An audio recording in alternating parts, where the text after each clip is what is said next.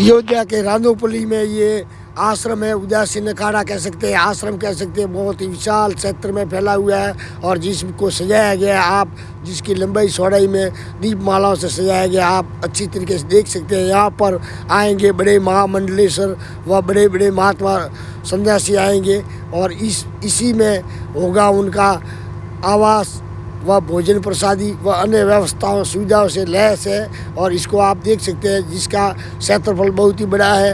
आप हमको पूरे कोने से वापी करवाएंगे और जगह जगह से दिखाएंगे। जैसा कि आप जानते हैं कि भीनमाल का जनता, जो भीनमाल व आसपास के क्षेत्र के लोग भी हैं, जिनको विशेष तौर पर सेवादारों के तौर पर श्री राम जन्मभूमि प्राण प्रतिष्ठा महोत्सव में आमंत्रित किया गया है, जहाँ पर काफ़ी लोग यहाँ पर आए हुए हैं, जिसमें महिलाएं भी हैं, बच्चे भी हैं और युवा भी हैं। और इसी प्रकार से ये देख सकते हैं, इस अखाड़े के बाहर बड़ी पुलिस चौकी लगी है, जिसे यूपीसी कहते हैं, यानी कि रिजर्व राज्य पुलिस बल, जिसके जवान भी नेतान हैं वह। और इस और आप देख सकते हैं कि बहुत ही बड़ा सा फैला हुआ ये अखाड़ा है और इसके अंदर विशेष तौर पर विशेष आमंत्रित सदस्य के द्वारा हम आपको इस बड़े आश्रम का परिचय करवाएंगे, जिसको आप देखेंगे व इसकी विशालता के बारे में भी सोचेंगे कि कितना विशाल है। देखते रहिए भीनमाल हलचल व आगे से आगे शेयर करना न भूलें। नए हैं तो सब्सक्राइब जरूर करें। सेवादारों का अयोध्या में प्राण प्रतिष्ठा के लिए उनमें से ही एक है और उनसे ही आपको सारा का सारा आश्रम का दृश्य दिखाते हैं। बोलिए रामचंद्र भगवान की जय। फरमाइए आपका पूरा जय श्री राम, जय हनुमान, जय बजरंगबली, भक्तों की कर भली। बहुत ही सुंदर। सबसे पहले तो हमारे जो भीनमाल की ये न्यूज है, भीनमाल हलचल, उनका मैं धन्यवाद देना चाहता हूं, उनका आभार प्रकट करके आपने मुझे इस मौके को प्रदान किया। और मुझे बड़ी खुशी है जो आज हम 51 लोगों का जखीरा भीनमाल से बस द्वारा इस प्रतिष्ठा में हमारी सेवा देने के लिए आए हैं। यहाँ बड़े बड़े महामंडलेश्वर साधु संतों के लिए हम पलक पावड़े बिछा के बैठे हैं, जो हमें यह दायित्व सौंपा गया है। दूसरी बात, जो प्रसाद बन रहा है, उस प्रसाद की भी तैयारी यहाँ से पूरे भारतवर्ष में जाएगी। करीबन पैकेट तैयार हो रहे हैं। तो मैं आपको बताता हूँ, ये उदासीन मठ है, यहाँ के स्वामी भरतदास जी महाराज है, जो 500 एकड़ के अंदर यह मठ बना हुआ है।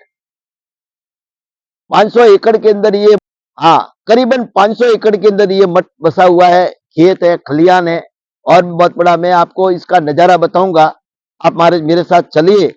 कि मेरा परिचय यह है कि मैं, वैसे मेरा नेटिव प्लेस है भीनमाल, मैं राजस्थान भीनमाल का रहने वाला हूँ, शिमाली ब्राह्मण हूँ।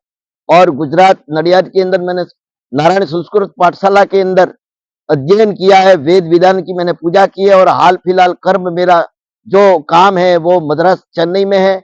मैंने 30 साल से हनुमान जी के अंदर सेवा की है और बहुत अच्छी सेवा की है। और मैं बताना चाहूंगा आपको, आज अयोध्या हम आए हैं और अयोध्या की इस भूमि पर यह जो मठ का निर्माण है, बहुत पुराना मठ है। इस मठ की मैं गरिमा को आपके सामने प्रस्तुत करने जा रहा हूं। तो आप बताएं कि ये मठ का प्रमुख द्वार है, जिसको हमारे तमिलनाडु में गोपुरम कहते हैं। गोपुरम यानी कि वह विशाल भगवान का मेन गेट है, इसमें से सभी आते हैं। और सबसे बड़ी बात यह है कि करीबन अंदर इतनी विशालता बनी हुई है, इतना सुंदर तरीके से इतना बड़ा प्रांगण है, जहां साधु संतों के लिए यह ठहरने की उत्तम व्यवस्था है।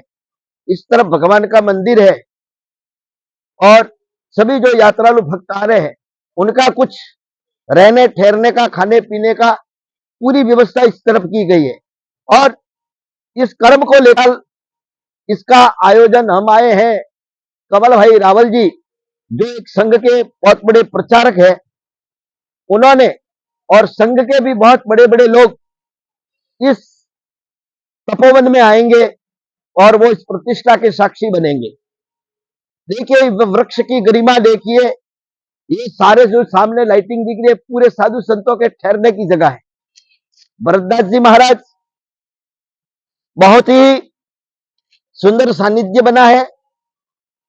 अब मैं इसकी क्या व्याख्या करूं, इतना सुंदर है। यह जो मठ है उदासीन मठ, गुरु महाराज की तरफ से यहाँ वह विशाल गौशाला का भी निर्माण है और नारायण संस्कृत पाठशाला, जहां यहाँ विद्यार्थी संस्कृत का ज्ञान लेते हैं, विद्या पढ़ते हैं और संस्कृत के लिए बहुत ही गुरुकुल भी खुला हुआ है। पूरा गुरुकुल है। साधु संतों का यहाँ आना जाना लगा रहता है।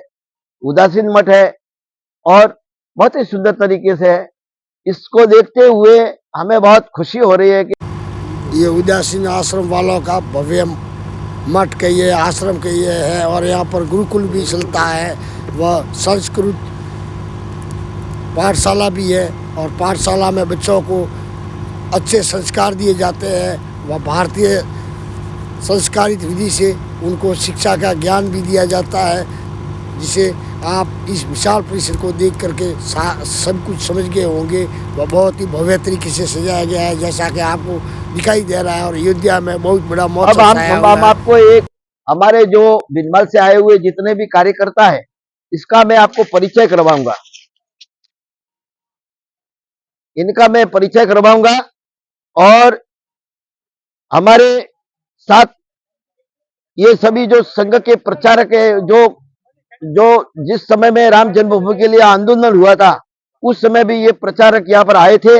इन्होंने आंखों से देखी थी गोलियां चलते हुए, कई लोगों को मरते हुए, और ऐसा नजारा इन्होंने देखा था जो हमने सुना तो हमको खुद कांप गए। धन्य है कि आप उस समय कार सेवा में यहाँ पधार कर ये सेवा दी। मैं धन्यवाद करता हूं कि इस पूरे आयोजन में हमारे भ्राता श्री दिनेश जी दवे का बहुत बड़ा पार्ट है और साथ में सभी ये पधारे। इन लोगों को साथ में लाना, इतनी सर्दी है, इतनी ठंड है, फिर भी सबके अंदर एक ऐसा उत्साह बना हुआ है, ऐसा जोश भरा हुआ है। नहीं, हम इस राम कार्य के अंदर हम भी आए, राम काज किए बिना मैं कहां आराम, ऐसी स्थिति को प्राप्त करते हुए राम जी के इस पावन पर्व को साकार करने के लिए साक्षीभूत बने हैं।